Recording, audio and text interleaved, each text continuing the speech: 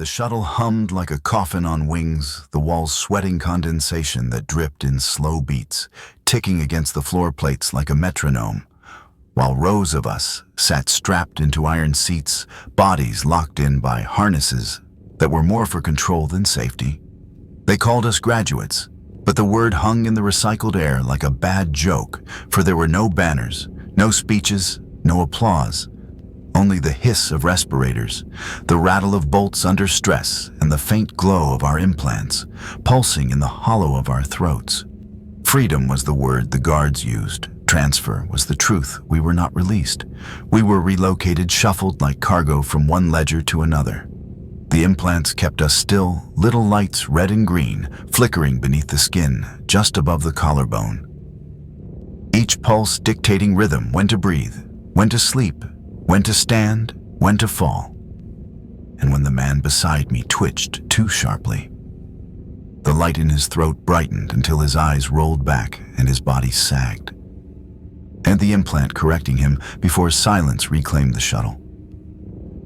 Thought itself felt shallow, scraped clean by the machinery wired into our veins, and whatever we had once been, fighters, thieves, rebels' sons, was erased until only rhythm remained. Through the portholes, Demet's garden appeared at first, a shimmering green that made my chest clench, tricking me into believing in grass or wheat or forests like those in the old photographs Administrator Vasquez once pinned to our walls. But as the shuttle descended, the illusion broke, and the green revealed itself as scum protein algae stretched to the horizon in tanks and lakes, thick mats of slime stirred by mechanical paddles that slapped the surface into sluggish waves, the smell of rot, laced with chemicals reaching us even before the airlocks opened alive, yet never truly living. The world beneath was dead, its soil stripped centuries ago, its thin atmosphere thickened with industrial haze, and the name Demet's garden was irony or cruelty, or both, for no wheat grew here, no flowers bloomed, only algae harvested in vats, the size of cathedrals boiled into paste, dried into blocks, ground into powder, and sent away as resource to feed wars on other worlds, leaving us to labor as though imprisoned again. Except this time, the walls were built from horizon and sky. The silence between men thickened as we filed out, not under guards with shock prods or whips, but under implants that pulsed and flickered, feet falling in time breaths, matching pace our march, more like a parody of ceremony than labor too hollow to allow conversation, too dangerous to allow memory. If anyone remembered a song, he did not hum it. If anyone remembered a prayer, he did not whisper it. Even recollection seemed too loud. The first sight of the Algae vats up close killed the last of the illusion. For metal platforms stretched like skeletal bridges across pools of green soup rust, dripping into the slime, while workers leaned over with scoops and filters, faces, slack movements, mechanical a mist rising from the surface to cling like oil chemical, stink burning nose and throat, until every swallow tasted of iron and decay. The tools were rakes of steel teeth, our rhythm was lift, scrape, deposit, repeat, a liturgy as dull as it was endless. And the only sounds were the splash of slime, the hiss of pumps, the wet slap of paddles. Our bodies little more than extensions of pipes and gears and vats, not workers, but plumbing. The realization struck like a weight heavier than any chain. And this was no garden, but a refinery where flesh replaced machines, breath replaced engines, and lives became lubricant to keep algae flowing. Demet's garden was a lie, a cell stretched wider, but no less suffocating. They called it service, they called it redemption. But as I stood there with algae mist on my lips and the implant buzzing in my throat, I knew it was only another prison, and the sky itself was the ceiling. The air here was dust made liquid grain husk and chemical sting, every breath, like swallowing ground bone, every inhale grinding the chest, until coughs came out tasting of metal. The cycle began before light, though light meant nothing here. Wake when the implant buzzed a faint tick under the skin like an insect lodged at the collarbone. Rise, line up, inject. The syringe hissed into flesh, stimulant flowing like commandment, and the implant blinked, green signaling readiness. Labor began in rhythm, not by choice, but by circuitry. Scrape the filters, each mesh choked with green paste that squelched under the rake clumps, sticking to gloves and dripping in heavy ropes that smelled of rot and disinfectant. Drag the nets waterlogged, and slick algae pulling like drowned corpses, each step sinking boots deeper into mud that bubbled with gases sour as sickness. Pump the water thick as blood through pipes that groaned and spat rust into the vats, staining the slime with streaks of red. This was the liturgy of the day. Wake, inject, labor, sleep. And sleep was no release, only another timer, hummed the implant, humming a lullaby that switched off thought as efficiently as it switched on obedience. Hands never came clean. The algae dried to scales, green-gray plates that cracked along the knuckles, splitting skin until it bled blood, mixing with slime until it was impossible to know which was which. The boots softened with damp until soles peeled, feet raw and stinking. The air stung with disinfectant sprayed from nozzles mounted above a sharp tang, cutting through the rot, but never erasing it, only layering stench upon stench. Camps were silent not because of peace, but because silence had been manufactured. No guards shouting, no lashes, cracking, only the whir of pumps and the faint synchronized hum of implants firing signals into bone. Men moved like cogs in a vast machine, each step measured, each task timed, each gesture repeated until it erased individuality. We did not need chains. We were synchronized by the quiet tyranny of circuitry, our bodies wound into clockwork that no one dared break. Yet even in the rhythm, ghost memories struck sharp as knives through fog. A laugh once heard a child's voice tumbling like bells down a stair. The crack of crust on a loaf of real bread, steam rising with the smell of yeast. The warmth of sunlight falling across wood, the scent of sap rising where a floorboard bent. They came unbidden, unwanted, because memory was rebellion here. Memory distracted from rhythm. The implant pulsed when thoughts wandered too far, a warning, a sting like static snapping against the skin. Still the memories returned weaker each time, like echoes fading in a tunnel, until they felt less like lived truth and more like hallucinations, as if my mind had invented children, invented bread, invented sunlight, just to wound itself with absence. One shift ended, as all shifts did. The implant humming sleep into me, but before it claimed me, I leaned over a vat and saw my reflection ripple in the green. It was not a face, but a husk. Skin gray, and sagging eyes dull and sunken, the glow of the implant scar, a cold brand across the throat. The water distorted me, but not enough to hide what I had become. I was not alive. I was scheduled. Each breath measured, each motion logged, each thought trimmed to fit the system's pattern. The reflection looked back without accusation, because even the capacity for anger had been drained. I closed my eyes, but the glow followed, etched into the dark. Schedules can rule, but schedules wear thin. Flesh falters even when the implants still hum. A machine rusts, a prisoner ages. The difference is only in how the ledger records it. Time was not marked here by sunrises or seasons, but by the quiet betrayals of the body. Hair once matted and black with oil and grime began to silver at the roots until strands of white stood out like cracks in iron. Hands that once gripped nets and scrapers with mechanical precision now trembled at the edges, dropping tools into sludge with a splash that earned no punishment, only a notation on a slate. Eyes blurred at the rims, the world becoming misted glass, and I found myself leaning closer to dials and gauges I once read at a glance. Knees stiffened until each step sounded like a hinge that had gone too long without oil, each bend a creak that reminded me I was a component wearing down. Around me, men mirrored machines, and machines mirrored men. Pumps leaked brown water the same way lungs coughed it up. Filters clogged with paste like arteries choked by clot.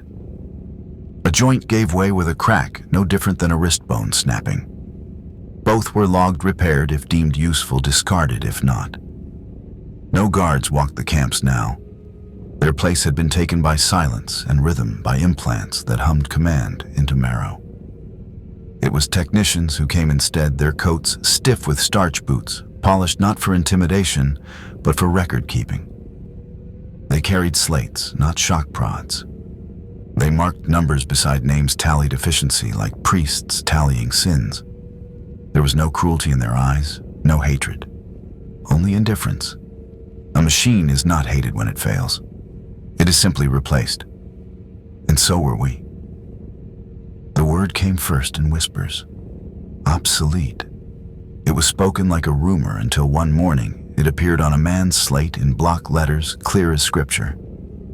He had bent too long over the filters, his back frozen in a curve he could no longer unbend. They gave him 3 days. He ate his paste in silence, stood his shifts in silence. And when the 3rd day came, he walked into the queue without a sound. The queue became ritual, as ordinary as lining up for rations.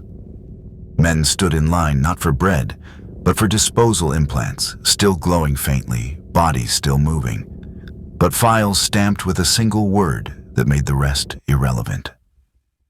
Obsolete. I watched men go with the same expression they wore when they walked to work, blank, steady, resigned. The line moved at the same pace. One entered a doorway and did not return. Another followed. A third. And still the pumps hummed, the algae stank, the implants buzzed. The system did not pause for loss. It absorbed it. Work did not stop because components were replaced. Even in the queue, there were no protests, no shouts, only the silence of procedure. The word was enough. Obsolete. I began to notice signs in myself. A dropped scraper, a missed rung on a ladder, a stumble where once my legs carried me without thought. My vision blurred until the world became a smear of green and gray, the algae and the sky indistinguishable.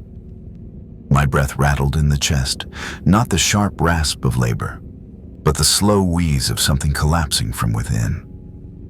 My hands, when I looked at them, were knotted cords of tendon and bone, scarred and trembling, shaking even when still. I knew what it meant, though no one spoke it aloud. We all knew. And then one morning, while lining up after shift, I heard my name. It was spoken not like a sentence, not like an accusation, but like a record read aloud. A technician stood before me, slate in hand, eyes calm behind glass lenses. Obsolete, he said, as though it were nothing more than a number written wrong. He tapped the slate with a stylus, then looked at me directly. 3 days. Prepare for handover. There was no anger in his tone, no cruelty. He did not sneer, he did not smile. His voice was level, as steady as the hum of the pumps.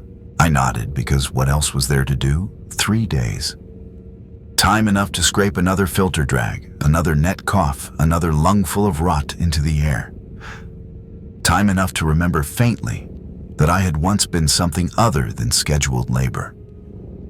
At night, I lay on the cot and stared at the ceiling, tracing the cracks as if they were constellations, and thought of nothing. Thought was useless. Memory was dangerous. The ledger had already spoken.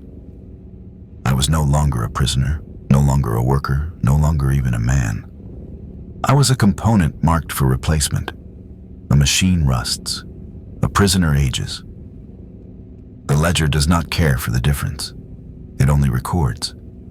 And now it had recorded me. I had been dead for 11 years already. The handover was only the paperwork catching up. The clinic hummed softer than the forge works, quieter than the algae pumps. It sounded like a lullaby, written for endings, a song designed not to comfort, but to erase. The room was white, not gray, its walls smooth and scrubbed of stains, its air sharp with alcohol and disinfectant. A A single bed stood at the center, narrow as a bench covered with paper that crinkled when I lay down. Lumen strips burned above, humming faintly, their glow steady, but too bright, as if daring my eyes to blink away the last moments. A nurse in a coat, not armor, not cloth, but crisp white, pressed a swab against my arm. The cold bite of antiseptic spread over the skin, sinking deeper than steel ever had, and I shivered, though the room was warm.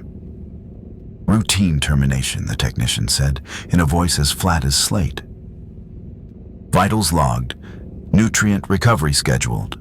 No priest recited litanies. No prayer for the soul was offered. Only paperwork, only forms. The needle came next, a slim silver thing that gleamed under lumen light. It entered with a small sting so slight it felt almost tender, and then the liquid pushed into me with slow inevitability. My mouth filled with a faint metallic taste, as though I had bitten copper wire. I could smell it, too sharp and sour, mixing with the alcohol in the air until each breath was a sacrament of machinery. The slate at the bedside beeped softly as my vitals began to slow, each pulse a number written into columns, each breath a line item in the ledger. "This is not death," the doctor murmured, her voice precise, professional, almost gentle. "This is maintenance. Your function is complete. The system thanks you." Her words were meant to soothe, but they stripped away meaning more thoroughly than cruelty ever could. I felt warmth spread from the injection site, crawling up my arm, down my chest, sinking into lungs that had known dust and rot for decades. It was not the fiery agony of the forge works, not the choking bile of algae air. It was softness creeping and final, like being wrapped in a blanket made of silence.